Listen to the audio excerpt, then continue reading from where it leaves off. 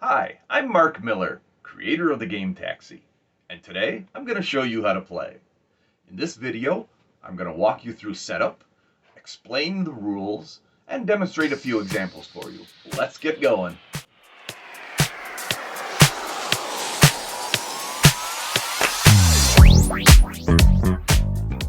Your goal in Taxi is to create an unobstructed path from a starting location to an ending location, as shown on your fare card. In this example, we're going from planetarium, following the arrow, to library.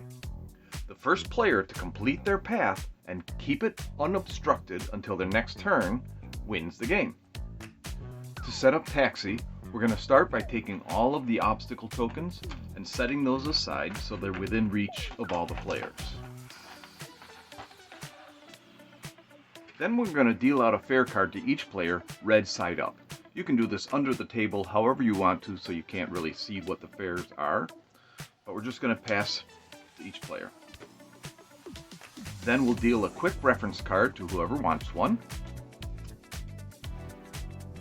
Next we'll take the 6 location cards and we'll temporarily set those aside.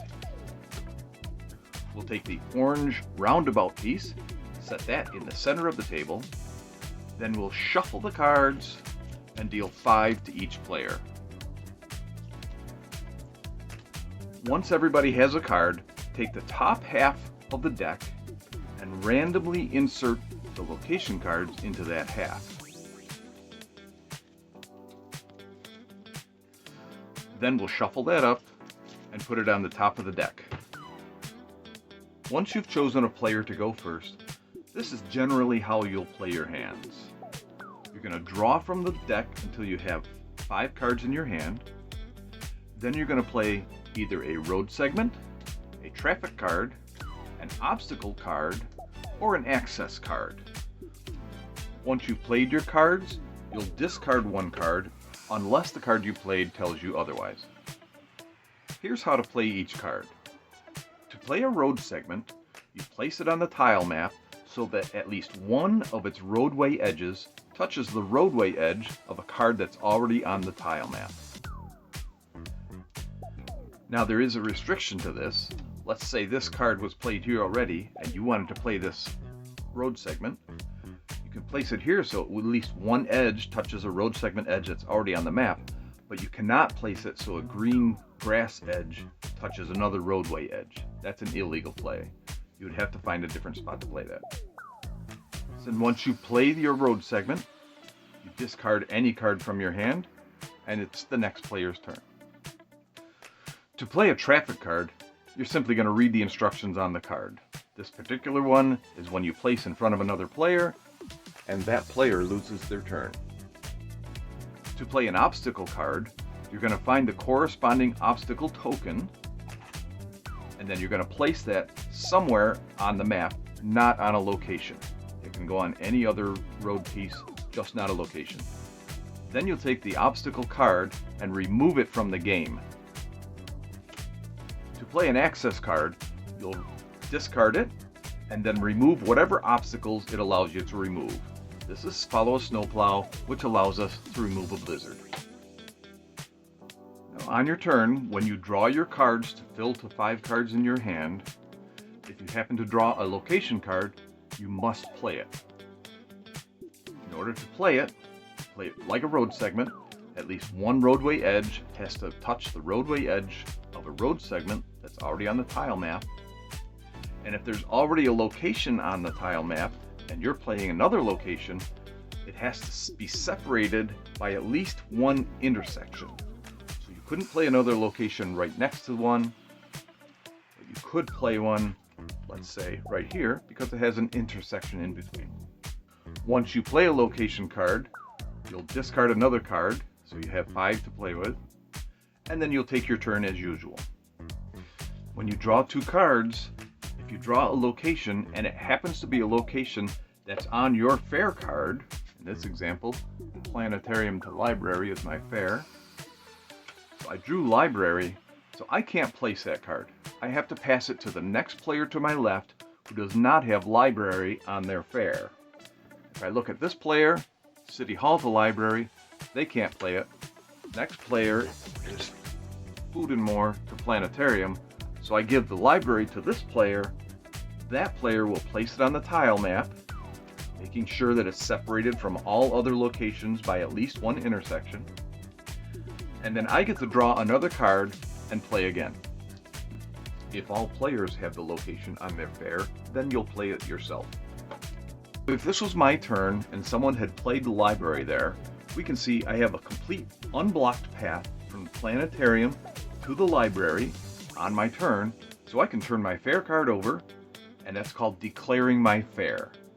Now, other players have one turn to try to block that fair or disrupt it somehow. Now, if at any point on my next turn that path is unblocked and I have already declared my fair, I win the game. However, if there happen to have been one or more obstacles blocking the path, and I don't have a card to get rid of any of those obstacles, my path is no longer clear, so I have to turn this back over to the undeclared side. Another card I want to show you is the Hearse card. This is a unique obstacle token in that it moves around on the board. To play the Hearse obstacle card, you put it in the discard pile, then you grab the Hearse token from the token pile, and it has to be played on a road segment that's adjacent to the church. So there's only one of 3 places that it can be played. Let's say the player places it here. Now on each player's turn, they're going to, at some point during their turn, move the Hearse one road segment. And it's going to keep moving on each player's turn, one road segment, until it comes to an intersection, which these happen to all have been intersections. Once it's at an intersection, the next player can move it in any direction that that intersection goes. So if it stops here one turn, they can move it back here on the next turn. When the Hearse comes to a dead end, such as this, the next player will turn it around and go back in the other direction, unless the dead end is on a one-way.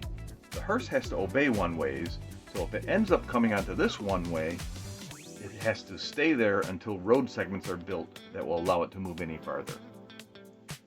And the only way a Hearse can be removed from the map is with a Cemetery Found card. That's played, again, by discarding it and remove the Hearse from the map. The other card I want to show you is the Reconstruction card. This card lets you take one road segment that's on the tile map and replace it with a road segment that's in your hand.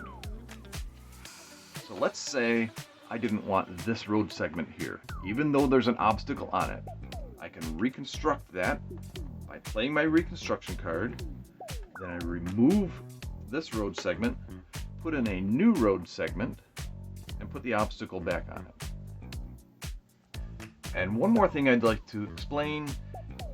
If you decide that you're not going to be able to connect your 2 locations together, let's say you have Food and More like this player does, and Food and More is going off to nowhere.